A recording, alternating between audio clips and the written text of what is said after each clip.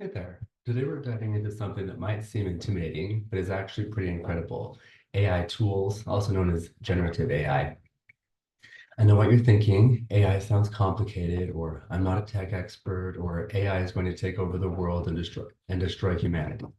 But here's the truth. AI is for everyone, and it's about to become your new favorite creative partner. Think of AI like a super smart assistant that's ready to help you brainstorm, write, problem solve, and explore ideas in ways you never imagined. Whether you're a student, professional, writer, or just curious, there's an AI tool that can make your life easier and more exciting. In this video, we'll demystify AI by looking at three popular tools: ChatGPT, Perplexity AI, and Claude. I'll show you how real people can use these tools in practical, fun, and creative ways. We're not just talking theory, we're going to see AI in action. My goal is to help you feel confident, excited, and ready to start your own AI adventure. No tech background required, just bring your curiosity and let's explore what's possible. Ready to dive in? Let's go.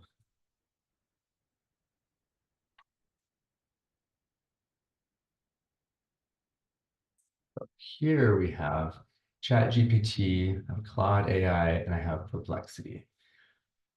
So we're going to just put in a couple of prompts. So the first one we're going to do is we're going to look at just regular old writing.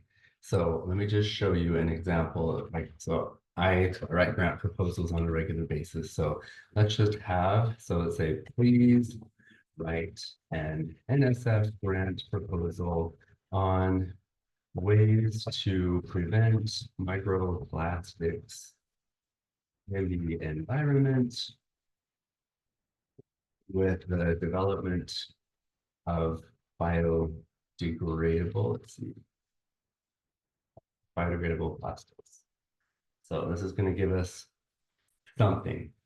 The thing that we need to notice about AI generation is we need, so when we want it to do something, the less we constrain it, the more it's going to use its own creativity to get what we are looking for. And sometimes we don't want it to be creative.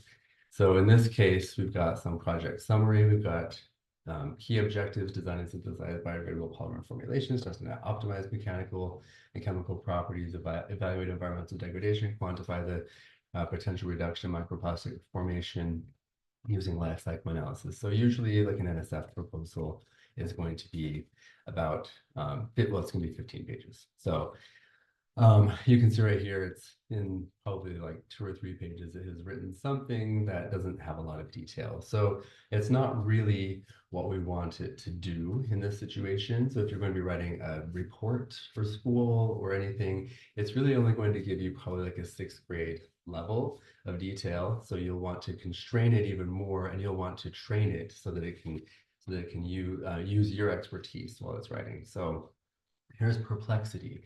So ChatGPT, sorry, I should explain. ChatGPT is really good for brainstorming. It's really good for just giving you really quick answers, but it is not good at giving you reference citations or pulling things from internet or cited research or anything. So, or published research, sorry. But so Perplexity is an interesting one because it will actually give you reference citations as you go. So if we're going to, so what we'll do is we'll say we want to write. So write background statement about the environmental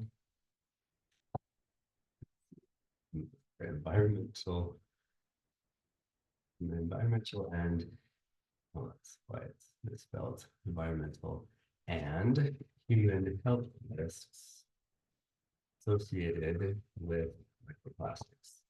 I'm just using microplastics because that's my research and something that I know about, so I can fact check this pretty easily. There we go.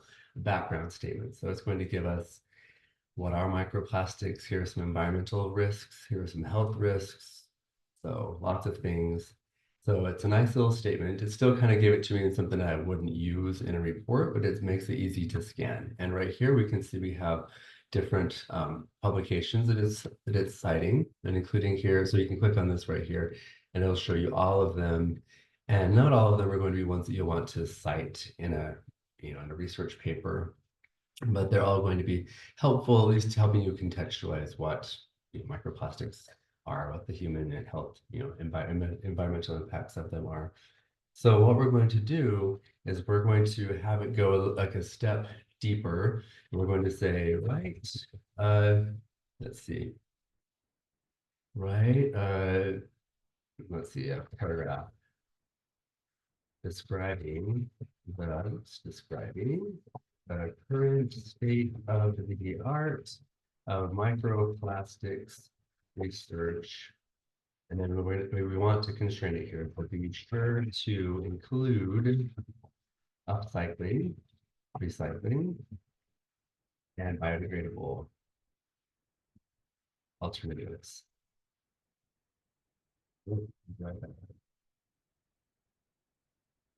Alternatives. There we go. Alternatives. All right, so it's going to give me a better paragraph this time. So it's going to say, okay, we've done like all this really awesome research has been done in making these things great. All right, so that's really good. So if you're writing any sort of a research paper or anything, you can kind of, so if you give it like one step at a time, now it's going to start building up upon this. So what we're going to do is I just have a prompt written over here, sorry. So we're going to say, write a statement summarizing the strengths of current work and describe, let's see, my parallel contribution to current work where I make biodegradable plastics with, let's see, vinyl modified starches. Okay, so this is what it's saying, like really cool things have happened. I want to do something to contribute to the work that's out there. So we've got some, so we're looking at the strengths of current work. And so we're saying, okay, in parallel to these efforts, my contribution focuses on the development. So there we go. And now we're going to go a little bit deeper and say, please write a paragraph describing knowledge gaps in microplastics research. Okay.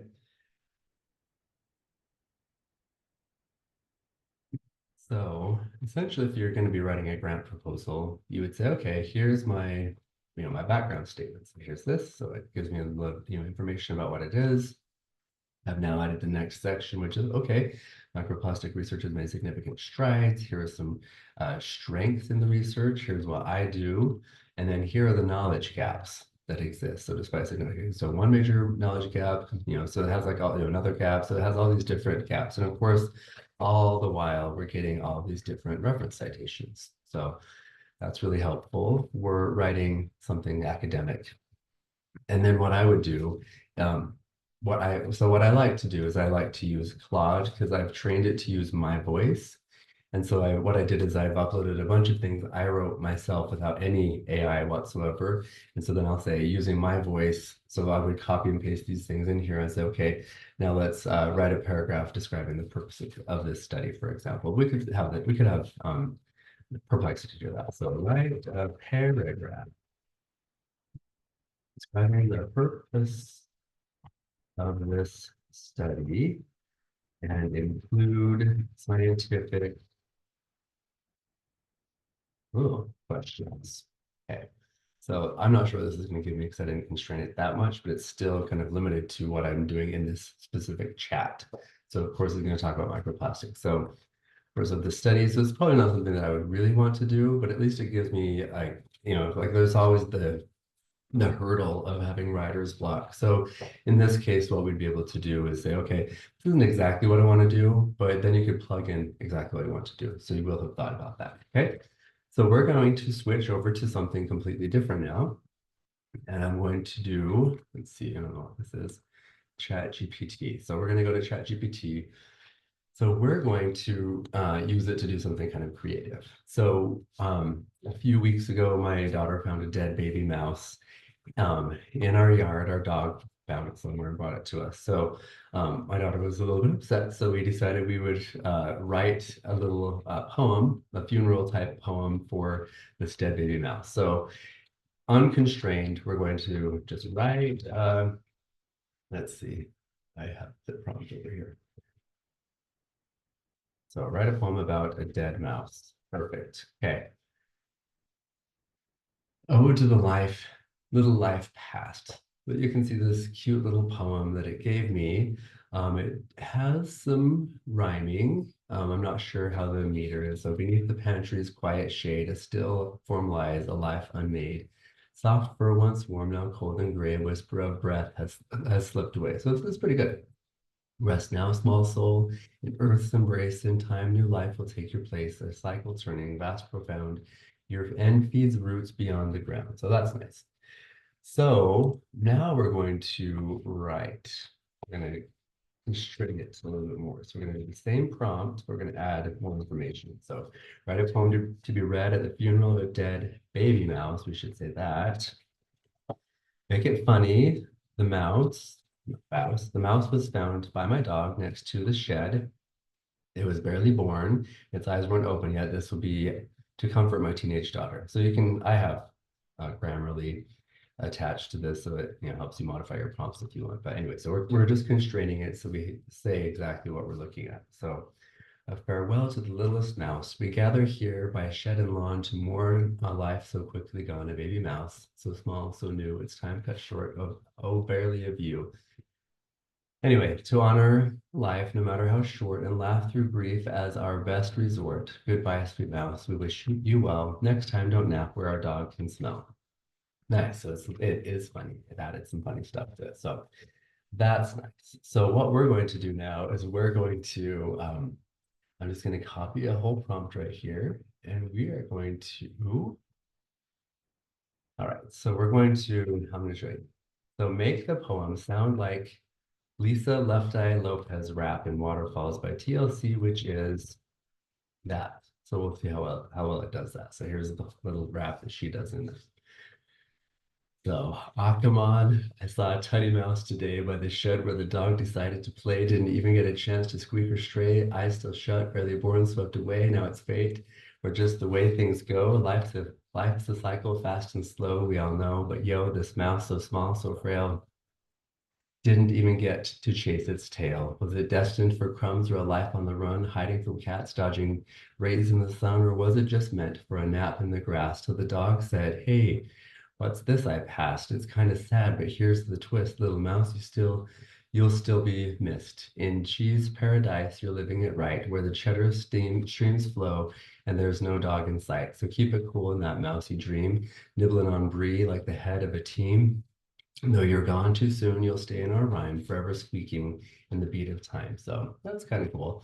It's not exactly because it's significantly longer than what she gave in hers, but now we're going to just do something funny. We're going to say, make the rap sound like a cowboy wrote it. So there we go. Well, now gather round, let me spin you a tale about a baby mouse born frail as a quail, eyes still shut, never saw the day.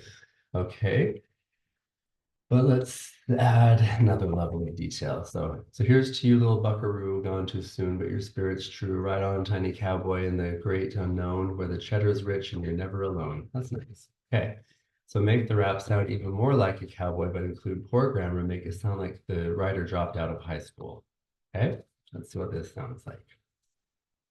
Well, shoot, I seen that mouse today laying there by the shed in a pile of hay. Eyes still shut, ain't took no peek. There's, there you go. Life's tough out there. Things sure look bleak. Now, was it fate or just bad luck? Out here, little critters don't get much truck. That mouse was tiny, barely a sprout. Dog sniffed once, and what's this about?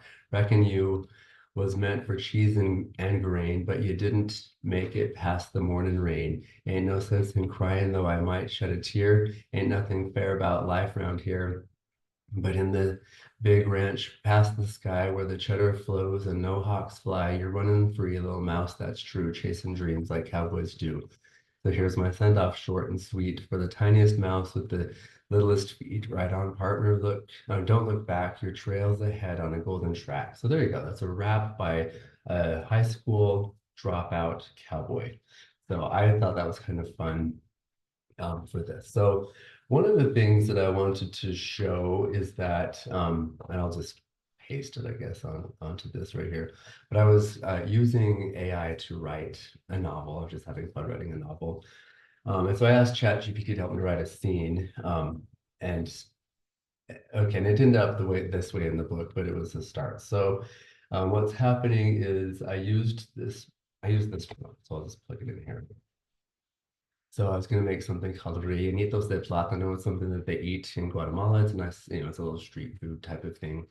So I said, using dialogue and descriptions of the movements of the characters, write a section of a novel where a wife named Camila is teaching her husband Luke how to get ingredients ready to make rellenitos de plátano, following this recipe. So I just copied and pasted a recipe, and it's like, giving me all this stuff like, local offers in Park City, Utah, changed this food, so but whatever.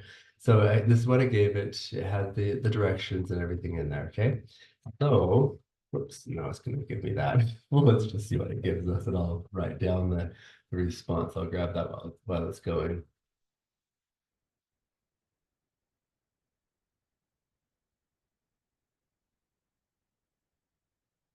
All right, so yeah, it's got some interesting stuff. Luke, I eyed the pile of bananas skeptically. I just tear them up. Mila rolled her eyes. So it's just going to keep on going until it writes this whole scene for me.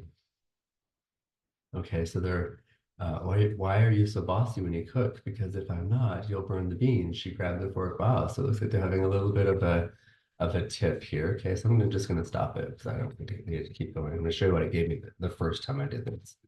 So, showed this thing where they're having this loving moment and everything. But the funny thing about this is right here.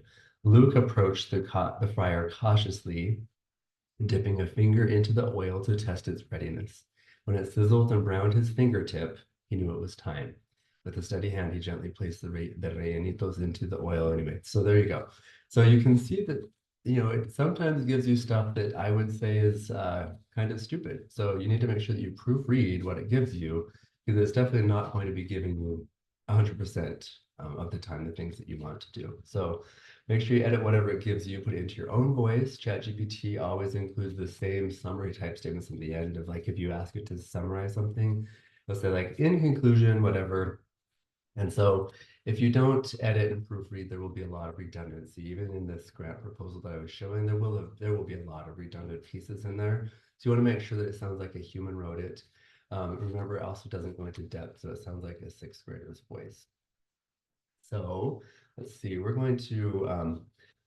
just going to start a new chat right here, because that one's going to kind of take us down this whole creative writing pathway, and I don't want to go down that right now. So what's going to happen is we're going to start a new chat, which means it's, a hard stop on what we're doing. And we're going to plug in, please give me 15 business ideas that would generate passive income. So it's going to give us these income ideas right here. So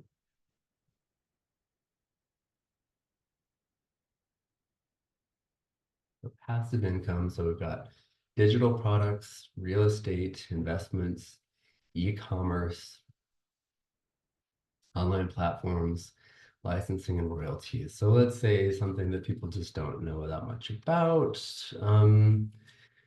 Let's just do, let's see what's here. Well, I don't know much about app development, so let's do that. So let's go right here. Control C. So let's do discuss marketing strategies for, there you go.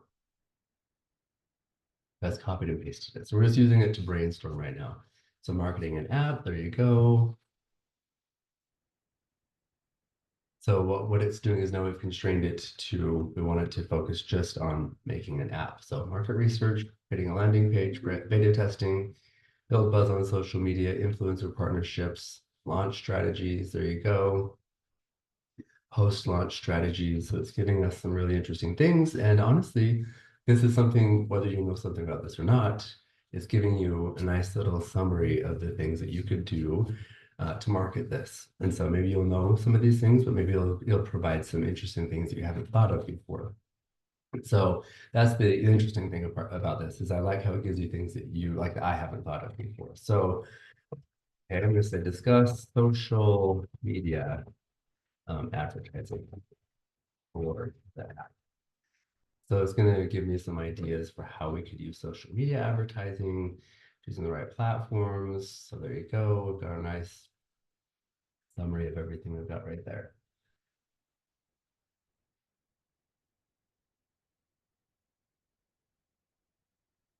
Okay, so let's kind of let this keep going. But it's giving you really a lot of great ideas for launching this new app that we're creating. So we don't even know what app we're creating, and we already have a nice strategy for marketing and social media advertising. So when this is done, okay, so would you like suggestions for specific ad designs or content ideas for your app? That's a really cool idea. Yes, just to see what it tells us. Cool. So it gives us some ideas that we could be following. So you can see it generates pretty quickly. All right, so when this is done, let's just say, all right, so it's gonna ask some more questions. Would you like help creating specific visuals and drafting a copy? I mean, that would be interesting. So maybe let's do that. I was gonna have it go into search engine optimization. Let's see if it gives us a visual or, oh, it gives us the description of the visual concepts. Okay. That's okay. I mean, at least it kind of gives us some ideas. So it's really good, like I said, for brainstorming these types of things. So cool. It's taking us through a bunch of different platforms that you could use for promoting this, and it gives you your visual concepts. So, all right. So, so it's asking me more questions, but let's say use search engine optimization to create a Facebook ad for let's see, an app that, what do we want it to do? Tracks your progress doing planks daily, um, and then encourages you to keep going and includes coaching. Okay, so there you go. Use search engine optimization. So search engine optimization, a lot of people know what this is, but it's just saying like, here are some search terms that people might be using to search like on Google or any search engines. So here are ad headline, achieve your fitness goals with the best plank tracker and coach. So it's got the things that you would probably be Googling or searching for. So you've got your optimization. So there you go. All right, so there's the end of that part. So we're going to plug in my daughter's homework. She's in 9th grade. So right here, you're going to use it for something completely different. This is for explaining. So this is my daughter's 9th grade math homework. So on a graph with two lines, one represents f of x and the other g of x. What is the value for x when f of x equals g of x? That's going to give you this whole thing. So very nice. Okay, next question. Let's see what happens if I just leave the bullet in there. I'm sure it'll be fine. But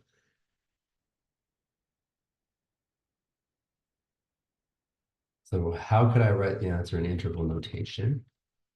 It's going to give me this nice little thing. See how it always says in summary.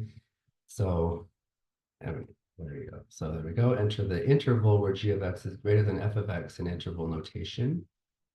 It's going to go into some explanation with that. So it keeps telling me if you provide the specific functions f of x and g of x, I can help you solve the inequality and determine the exact intervals, which is nice. So we could do that if we had them. But here we go. So what would the answer be if the intersection on f of x and g of x is 1 and negative 6? So there you go. There's the answer with that. Here we go right here. Here's another one. We have what's the answer if g of x equals negative 2x. Oh yeah, negative 2x plus negative 4x and f of x equals x plus negative 7x. So I'm going to plug this in. It's going to give us some information. And then we'll have one last prompt right here. So then we have, oops, not that one. So please describe the domain and range of the graph.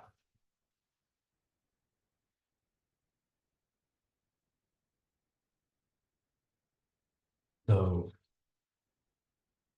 it's going to go through. Oh, very good. Okay, so it gives us the answers to the questions, but the point that I'm trying to make with this is that I haven't done ninth grade math for a long time. I mean, I'm an engineer, so I know how to do this stuff, but in order for me to be able to teach it, and be able to understand what was going on, I needed to be able to do some, just some explaining. So it's giving me all the, like, it gives me a nice explanation of what I should be doing. So if you're stumped on a math problem, for example, and then, your teacher is asking you all these different questions, I literally pulled these straight from her homework assignment. So it's giving you the answers, but it's also explaining how to be able to come up to that answer. Okay. So the bottom line is, so let's see, the bottom line is we have, these different, we have ChatGPT. Oh, I didn't even use Claude, but anyway, Claude is a good one, like I said, to write in your own voice. But the bottom line is uh, ChatGPT, Claude, and Perplexity are really good at helping us brainstorm, helping us just get a start, like with writing, helping us be creative.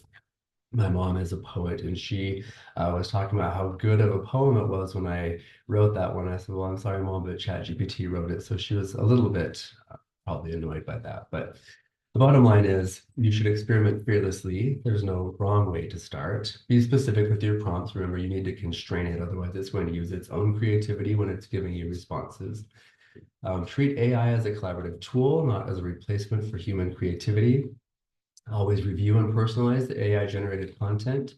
Keep learning and refining your prompting skills. Your AI learning roadmap. So start small with simple tasks, practice different prompt techniques, explore multiple AI platforms, build your unique AI flow. Remember, AI fluency is a skill anyone can develop.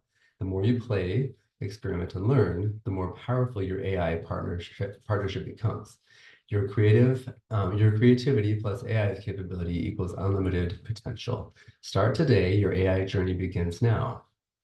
So good luck. I'll leave some stuff in the comments below. I'll leave some of the responses that I got from AI here. And if you want more information, just let me know. Thanks.